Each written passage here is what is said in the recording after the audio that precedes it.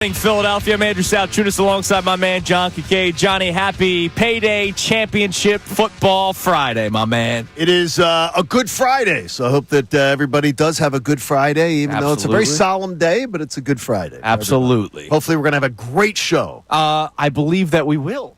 You would have loved Good Friday with me as a kid, though. Why is that? Because Betty Kincade had a rule from 12 to 3. Connor, you'd love this one. No talking? Yes.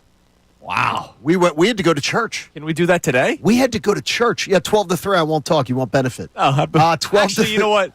No, I need you to talk till 10. Oh, I'm talking till 10. Yeah, it's Friday. But that used to be the rule. We would go to St. Anastasia and have to sit in church, and they do the Stations of the Cross and everything. So 3 hours of no talking. That's little John's head almost. How did you make it? I'm surprised you're still here today. A lot of pinches. Yeah, I imagine. Yes. So the Phillies win yesterday, which was nice to see. And as you heard in that promo there, in our little intro, I continue to say I still think the Phillies are a playoff team, and I still think a lot of people should have that feeling. It was funny. Yesterday, you asked us who's actually saying they don't believe they'll be in the playoffs. And maybe our algorithms are different, but Connor and I see it on social media every single day. I imagine Connor sees them on the text line like every single day that the Phillies are not going to make the playoffs. So there are people out there that believe it. I'm so thrilled that I do not have those people on my timeline. Must be For whatever nice. reason, I do not have that. I've got some people that are bitching and complaining all the time. Yeah, which fine. And that's fine. You've had a lot. There's a lot. I told you I got the email from Joe. This is the 2012 Phillies all over again. Yeah, I don't. And I guess I've gotten a little bit. And an email's different, man. That is, let me take the time to put this email together. I got to find your email address. I got to put a title. I got to write the subject, and then I got to hit send. Twitter's just like bang, bang, bang. Text messages quick. Email, that means he really feels that way. Well, Johnny. people can go, just if you want to email Andrew, just I love Joel Embiid, no matter what. At gmail.com. At gmail.com. Yeah, you got it. By the way, I read an article this morning from ESPN. The Sixers were given an F for their 2024-25 season, in case you were wondering. Yeah, check it. So yesterday, I'm driving home, and I'm listening to the Mike Missanelli show. And Mikey... I do that, too. Mikey kind of made me scared yesterday. And then eventually, it made my brain think, and it made me think of something that I'm going to need to talk out with you guys around 6:15 this morning. But I want to start off Not the first with time that Mike Missanelli has scared somebody. Come on now. It's usually his bosses, but it's not, hey, it's the way it works. It happens. So yesterday, Mike was talking about how the lineup just feels a little stale, which it has, right? It doesn't help that you have a guy hitting below 100. It doesn't help that you have another guy hitting below 200, even though Alec Boehm had the nice triple yesterday, John. He called him a 3-day-old baguette. Yes, yeah, which was a great line. Like, there's still taste to it. Yeah, it's a taste, but it's quite the chew. But still, yeah. Quite the chew. And then, you got some other guys in the lineup. You're trying to figure out who the hell Max Kepler is. Does JT still have much pop in the bat, right? You start looking around, you're going, all right, there's some things to be a little bit concerned about. Now, look, Kepler's had nice days. JT's bat has gotten better. So there's still good things happening for the Phillies, and that's why they are a plus 500 team. That's why they are 11-8. It also helps they have a great pitching rotation. But Mike said something yesterday that freaked me out, John. Okay, what did he say? He had to remind himself that it's only April. Mike Missanelli. Because Mike is not. Mike's done this long enough. Oh, yeah. And I think that when you very much, now I'm a while behind Mike, not that far, but while, that I feel the same way. I don't consume a baseball season like a football season. But Mike you learn is that. starting to. And that freaks me out. When he's feeling a certain way and he's trying to tell himself, oh, my God, what am I doing? Why am I reacting as if this is like the final stretch of the season?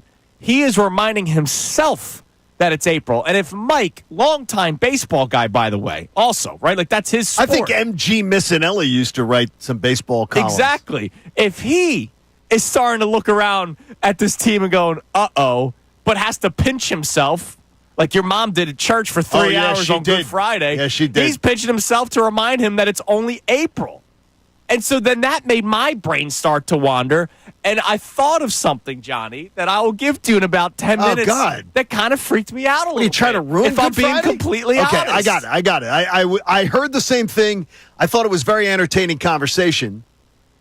But it went in one ear, out the other for me. Okay. Because I refuse to do that. Well, this is why I'm with my friends today, and you guys might be able to talk me. Good. No, I'm not on the ledge. No, but we might be able to help you out. Yeah. You know, We'll try our best. I just want to feel a little bit better in the next segment. But ultimately, Phillies got a win yesterday. Christopher Sanchez was dynamic. 7 innings, 12 strikeouts. I love watching him pitch. He is. When Christopher Sanchez is starting, I can just sit down and sag into the couch and just watch, at this point, dominance. Well, you guys both fancy yourself baseball players. Mm-hmm. And when you watch him pitch, to see the development of Christopher Sanchez from 22 to 25. It's unbelievable. It's unbelievable. But also, too, physically. The putting on like 15 pounds Yeah, last he's year and bulked everything. up. He looks fantastic. And look, his velocity, he's hitting 96, 97 on the gun. How smart were they locking him down last year? Look, I've always said I wish the Phillies did what the Braves did. Remember, Acuna Jr. was up for like half a season. They said, you know what, let's give him a 10-year contract. Lock him down. And it was only for $100 million. And they did the same to Albies. Yeah. And they did it 2 years early with Austin Riley. Right. And 3 years early with Austin. For very cheap, which then gets you to spend in buy free out agency. all the buy out other arbitration guys. years. Yeah. Buy them out. And so the Phillies did that with Christopher Sanchez, and you're going, all right, this is smart. I like this. But when they did it last year, I still didn't think this year, right? Like, I thought he'd be a good pitcher. Okay. Mid to back end of the rotation. And then you start hearing the whispers from the scouts and the analysts, the guys that are deep in baseball. Jason Stark, Tim Kirchin on this station. Calling him a Cy Young, like a dark horse Cy Young candidate. And so far to start the season, you're going, oh, my God, this dude is legitimately, like, blowing up on the scene here. And you think about it, is that you've got that, and you talk about it. To me, there's nothing better than watching a pitcher deal. Oh, yeah. And honestly, as long as the game's tight, I don't even mind it when I'm watching the opposing pitcher deal. Yeah, because you like it. Yeah, like if it's a 2-1 game and both pitchers are dealing, that's high entertainment for me. Absolutely. Some people don't like that. Like if the Phillies lineup's being shut down by a great pitcher, people freak out. As long as the game's 1-0 or tied or whatever, I don't give a damn. I'm watching it going, dude, this is great. But for the people that do want to see bats, they got the best of both worlds yesterday. 5-run first inning, which was great to see. That was awesome. Now, look, they did have a 3-run first inning earlier in the series, and that was the Taijuan Walker start where they ended up losing. But they put up a 5 spot. And a 2-run after Nola gave up 4. Yeah, so the bats were okay this series. And you're starting to see life out of Alec Boehm, which is good. So it was a nice win for the Phillies yesterday. They split the series with the Giants.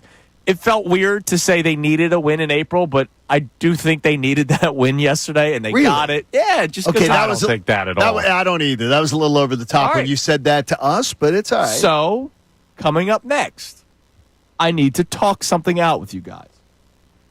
All right? Connor, do you think this is going to embarrass him? I know the point, and I think it's dumb. Okay. All right. I don't think it's possible. All right? Again, I don't think it's possible. Okay. But it's something that hit me yesterday, and it made me feel a little uneasy. And it goes back to conversations from last season, Johnny. All right. This is good. And by the way, they did run it back, right? Oh, no. Of course they ran it back, and they ran it back proudly. So they bragged about running it back. I'd bite your tongue, Mr. Dumb, over there. Oh, I've got my arguments. It's Kincade and Salciunas, yeah. Brandon Marsh, good center fielder. Here on Good Friday, 97.5 The Fanatic. Tyrone Johnson, Ricky Vitalik. Thank you so much for checking out our content on the 97.5 The Fanatic YouTube channel. Hope you enjoyed the video. And remember, you can always be checking the playlist. There may be something you missed from one of our shows during the day that you want to go back and check out. So every time you like a video, like it, subscribe to the channel, and you'll have that great content coming to you every